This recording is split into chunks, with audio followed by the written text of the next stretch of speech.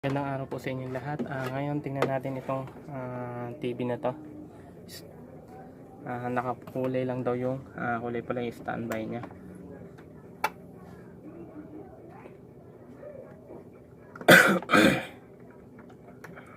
Okay, so ayaw talaga mag-on.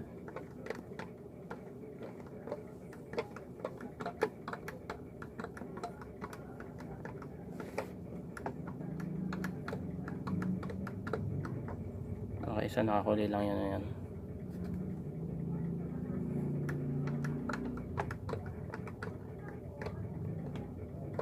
Okay, so tingnan natin kung ano problema niya. Buksan natin yung kaha.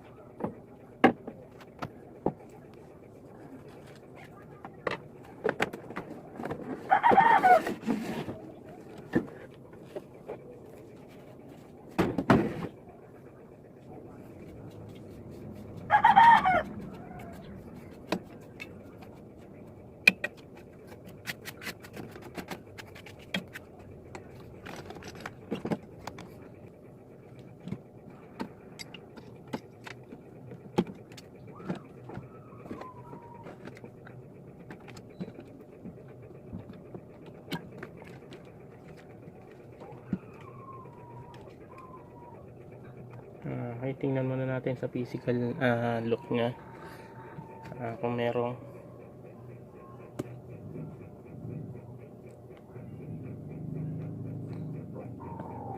baka merong component na halata sa physical look nya kung may sira.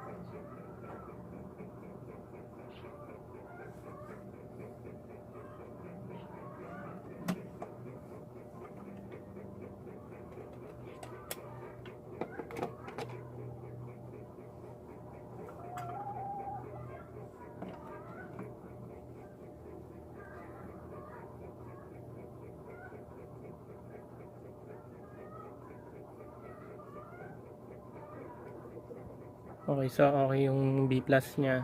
Meron naman supply na mga maayos.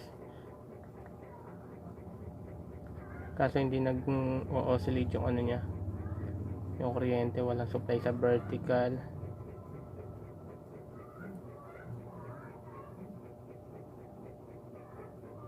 Hindi nag-oscillate yung ano dito sa regulator to.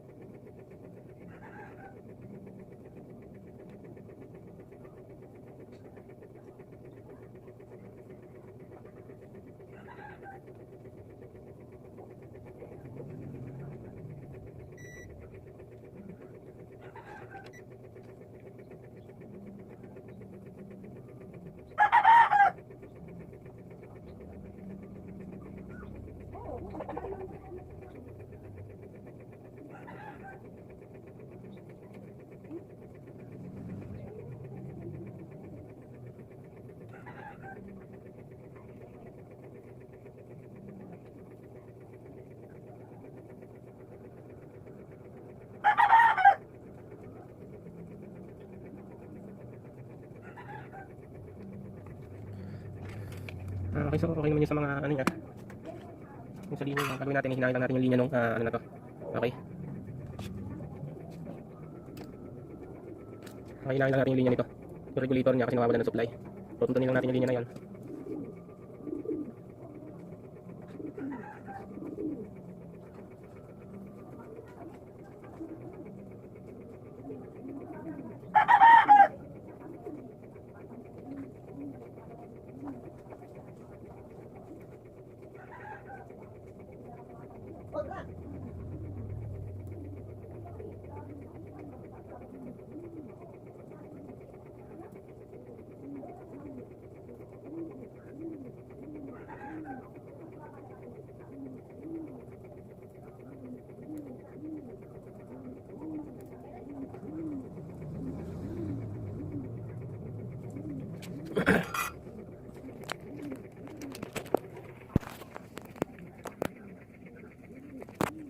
Yan yung regulator na ito, nawawala ng supply. Ito. Okay, so wala namang problema sa linya niya kung tutuntunin mo yung papunta dito. Okay, tingnan natin kung magkakasupply na pagkahinang. Kasi parang mga cold solder yung nandyan eh. Ayan, ito yung mga solder niya. Ayan pa, so soldering ko rin yan. Okay, kailangan magka-supply dito sa regulator niya. Okay, so nakita niyo parang may mga yung mga solder niya, yun parang paano na talaga. Nakita niyo. Kasi okay naman yung sa ano niya, sa B+ niya. So yung ibang standby, minsan sa ano lang, sa mga secondary filter capacitor lang. So yung supply niya, di naman nag-ano, di naman nag-flicker yung ano niya, di naman nagbababa taas. Normal naman yung supply niya. So wala din supply dito sa vertical kasi nga walang supply sa regulator. Okay, so pag hindi nakuha sa hinang, titingnan natin itong mga transistor na to. Okay, tsaka itong Zener diode, pero okay naman. Yung kasi doon kasi papunta tong ano niya. Okay, so yung doon papunta. Tapos dito. Okay, sa maluluwag yung ano, testingin muna natin sa hinang. Pagka hindi na ano, check natin yan.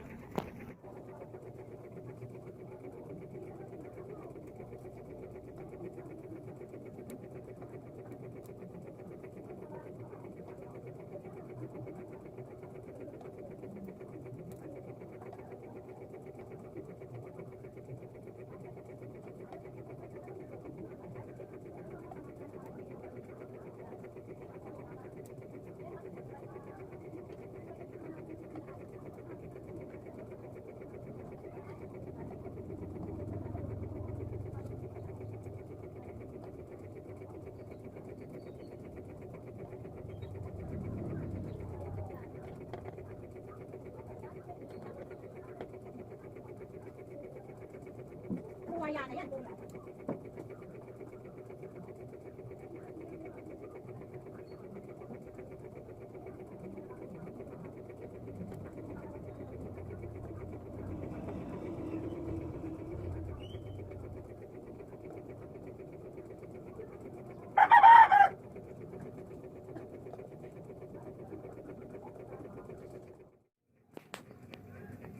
Okay, so kung papansin ninyo, ayan. Itong regulator na to. Nasaan na ba yan? Ayan.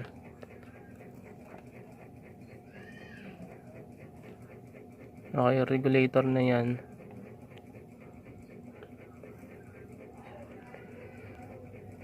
Okay lang. Nasaan na ba? Ayan.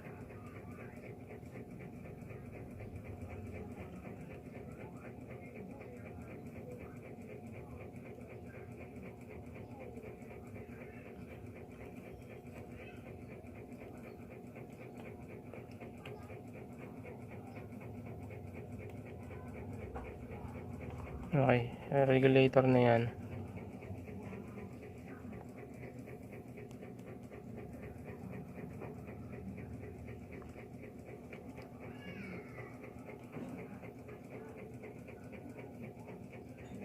Ano ba?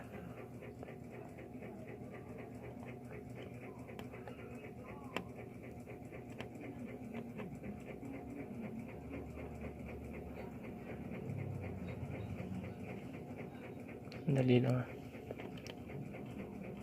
Ito. Tapos papunta dito. Papunta dito. Tapos papunta dito sa IC. Power yata ito. Okay, dito sa papunta sa IC. So, yung IC, so pagmasdan nyo yung IC, yung hinang ng IC, oh. Tuyot na. Okay. Ayan, nakita nyo puro crack na, oh. Okay, so ayan yung pinaka nagiging sanhi ng problema. Okay, kaya karaniwan minsan yung mga naka-standby na ganyan nakukuha sa hinang lang. Okay, so ayan, nakita nyo yung mga hinang nya. Okay, hinangin ko lang saglit, Okay, so doon papunta yung ano ng regulator dito. Ayun, nakita nyo.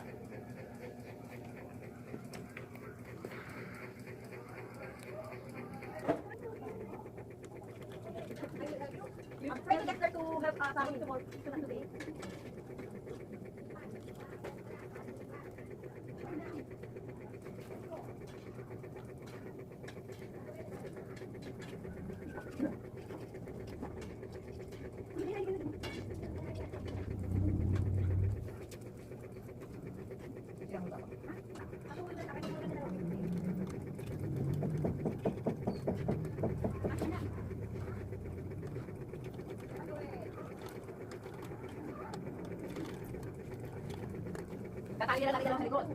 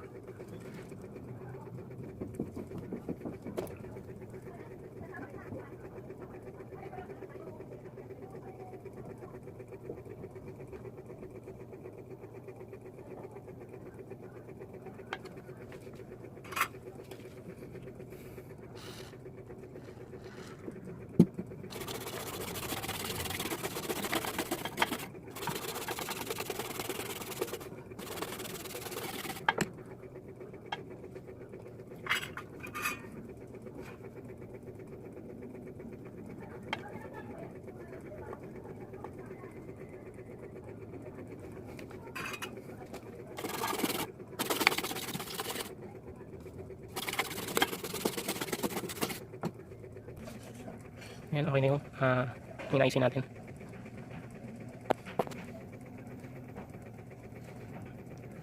Okay, subukan na natin. Okay, subukan na natin.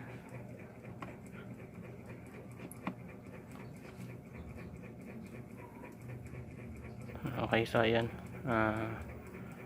nabuhay na.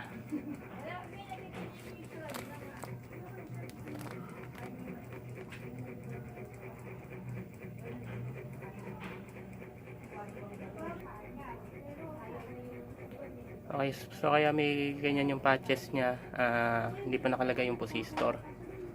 Okay, meron parang patches sa gilid.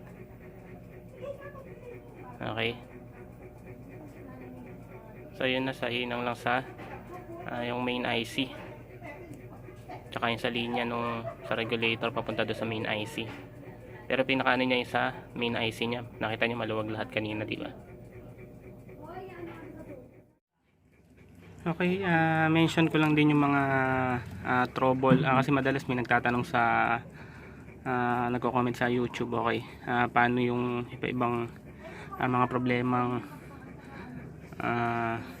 ito yung mga ano yung tinatanong nyo, di ba? Meron na akong in-upload tungkol kung bakit nasisira yung mga fuse, kung ano ng part yung mga nasisira, kung ba't nasisira yung fuse, kung ano yung mga possible na titingnan nyo. Merong video yung panoorin nyo nila kung hindi nyo pa napapanood. Tapos ay sunod yung lagi pagka dead on TV, lagi nyo check yung cord. Okay, itong cord na to papunta do sa outlet, di ba? Check nyo kung okay siya, kung pumapasok yung kuryente sa outlet. Tapos lagi nyo susukatin do sa may B+. Okay, pagka dead yung TV o kung ano man sira, unan nyo lagi susukatin nyo sa B+. So ito yung secondary filter capacitor na yan. Okay, yun yung pinakamalaki. Sumunod dyan ito.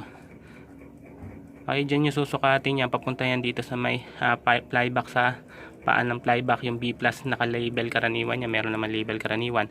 Pag wala, sundan nyo lang yung galing dito.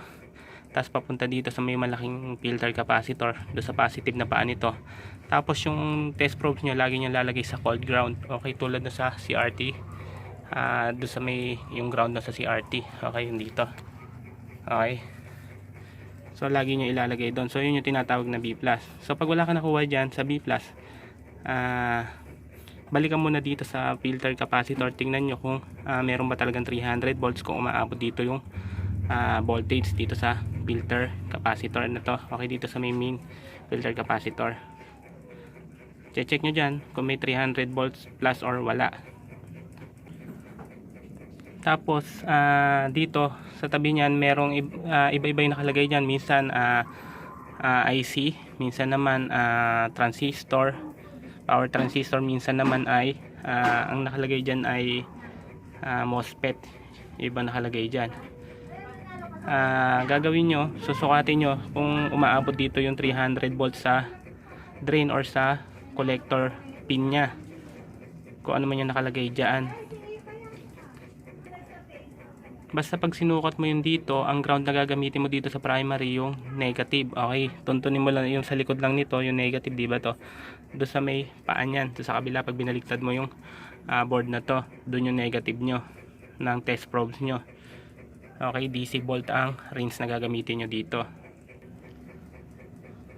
Isa pang importanteng voltage dito sa IC or regulator o kung ano man yung nakalagay dito, IC or power transistor or MOSFET, ay yung BCC nya or do sa may base nya. Kailangan may supply yon. Pag wala kayong nakuha doon, hindi talaga mag-i-start yung TV nyo. Okay, yun yung dalawang pinaka-importanting voltage dito sa nakalagay dito, kung transistor man yan o MOSFET or IC. Yun yung pinaka-importanting voltage dyan, yung 300 plus volts, yun yung sa collector. Tapos yung BCC nga nya, pag wala yun, dead ang TV nyo. Hindi nyo talaga, wala talaga kayong patay talaga yung TV nyo. Tapos karaniwan pagka meron nga ang BCC dyan, pero hindi naman pasok doon sa may normal voltage nya, hindi rin magi-start yung dead din yung TV nyo. So paano gagawin nyo? Hang nyo yung pin, yung BCC nyan. Okay, so paano nyo malalaman yung BCC nyan? Kung transistor yung madali sa base lang, diba? Pero paano kung maraming paa?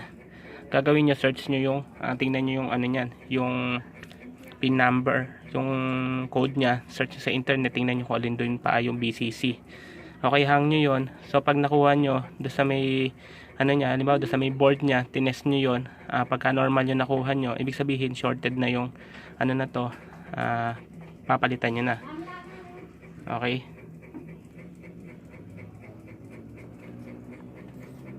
tapos meron ditong capacitor. Check nyo din yung capacitor na yan, importante din yan. Kung may SR kayo, check nyo. Pag dead din yung TV nyo, pagka wala, palitan nyo na lang. Check nyo din yung capacitor. Tapos yung mga resistor na yan, check nyo din yan. Madali lang naman pasadahan yan. Pagka may open dyan or nag-change value, dead din yung TV nyo. Okay, so yun lang naman yung sa primary nyo. Yung sa may pagpuntok ng fuse, meron akong video doon, diba? Kung di nyo napanood, yun nila panoorin nyo.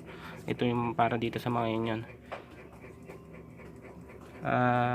Ano pa ba dito? Ito yung octocoupler din na to. Pwede nyo rin check.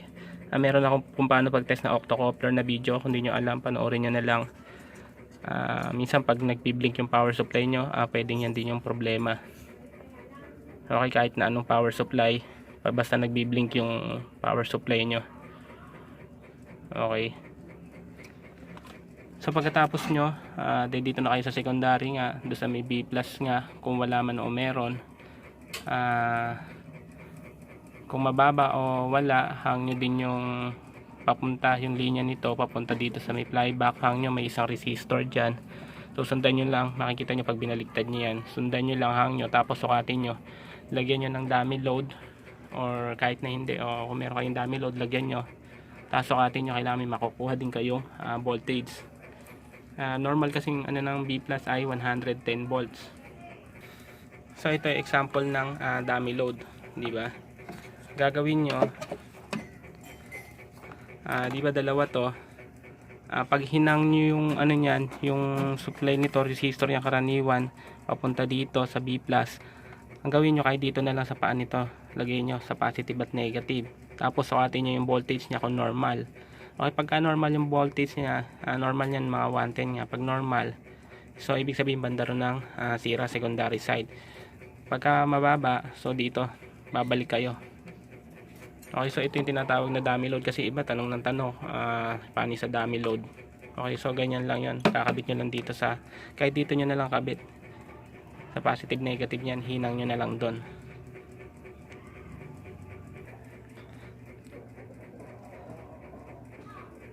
So yung pag-check sa filter capacitor, karaniwan kasi, di ba, capacitor talaga yung karaniwan na nagiging problema, di ba? So mas maganda kung meron kayong ESR. So yung madalas pinakikita ko sa video, di ba, yung sa ESR. Mas mainam kung meron kayong ganun para kahit nasa circuit, pwede nyo pasadahan yung mga yan. So madali lang, hindi kahit di nyo nabaklasin, ma-check nyo agad. Tapos yung mga diode na yan, di ba, napakadali lang naman test niya. Pag may reading kabilaan, so hang nyo yung isang paa, tapos sukatin nyo para malaman nyo kung paano, kung sira ba talaga o hindi. So halos lahat naman ng pyesa dyan, di ba, na ano ko na kung paano i-test naman yan. Okay, so yung madali lang naman i-test yung mga yan. Tapos minsan ito nasisira din yan, kaso madalang lang naman mangyari na masira yan. So yung sa blue ring tester, yung pantest nitong flyback, so kakabit mo lang doon sa may primary nya, so napakadaling i-test, kita mo kagad kung sira tsaka itong flyback.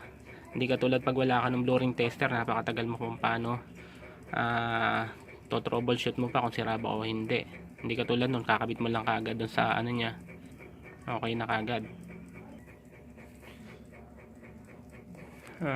Okay, so pagka di ba nilagyan nyo kanina ng dummy load dyan, tapos okay yung supply, binalik nyo na, tapos ayaw pa rin mag power, mababa yung voltage nito o bagsak, minsan karaniwan dito yung mga transistor na yan, yung nakikita nyo yung transistor na yan, yung iba kasi sa IC type na yon. So IC type yung nakalagay dyan.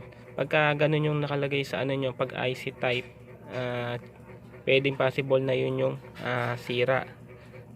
Okay, yung transistor na tatlo na yan, yung saka ano na yan, yung RGB na transistor na yan, pagka IC type yun din yung karaniwan nagiging sanhi ng kaya ayaw mag ano ng TV, pwedeng shorted yun. Tapos yung ano nga, yung horizontal, ito, yun yung horizontal ano na yan, pwede nyo test yan, kabit nyo sa times 1 yung range nyo, tapos yung collector nyan, yung gitnang pin, okay, yung collector nyan, lagay nyo dun yung isang probes. Ay, so po pwedeng ito din yung sira, magisira yung hot nyan.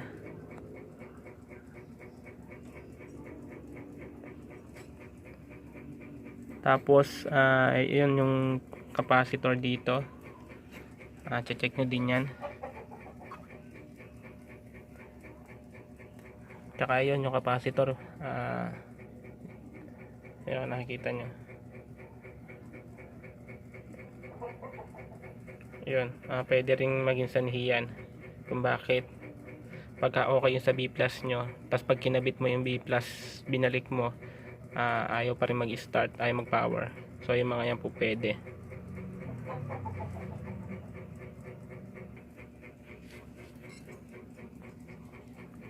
Okay, pati ito yung snubber capacitor na to, yan pwede rin niya maging sanhi ng kung bakit dead yung TV nyo.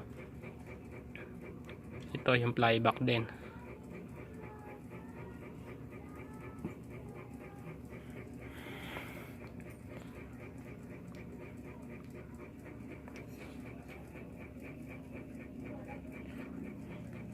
Tapos tulad nito, check nyo din yung sa may regulator nya kung may supply.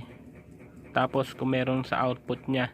Kasi pagka wala yung sa regulator na to, mawawala ng supply din yung halos lahat niyan. Magkakasupply lang dyan yung sa may B plus nya. Tapos yung iba sa IC, sa mga main IC, ito yung mga vertical IC, mawawalan yan pag wala ng supply dito. So tutuntunin nyo lang yung paan yan kung saan papunta, tapos titingnan nyo kung ano yung nagiging reason na kung bakit walang supply yung regulator nyo. Okay, so napakarami kasing trouble ng TV. So yun na lang muna. Maraming salamat po. Please subscribe po kayo sa channel para sa iba pang tutorial. Tsaka nga pala yung pag-check nung sa cathode, yung sa ano ito, para malaman nyo kung okay. Po pwede yung tester nyo ito. Second lang. Po pwede ito, yung isang dulo niyan, ito yan, yung dulo nito, yung isa kakabit nyo dito kakabit nyo dito sa RGB dyan, sa cathode na yung RGB. Tapos itatap nyo dito, igaganon nyo ng mabilisan. Pag lumabas yung kulay doon na okay, doon sa may screen, gamit kayong salamin, kailangan pare-parehas balance. Okay, pag lumabas yun, yung kulay na yan, ibig sabihin okay itong ano na. And 5. Okay, good. Okay, next workout is the crab crawl toe touch.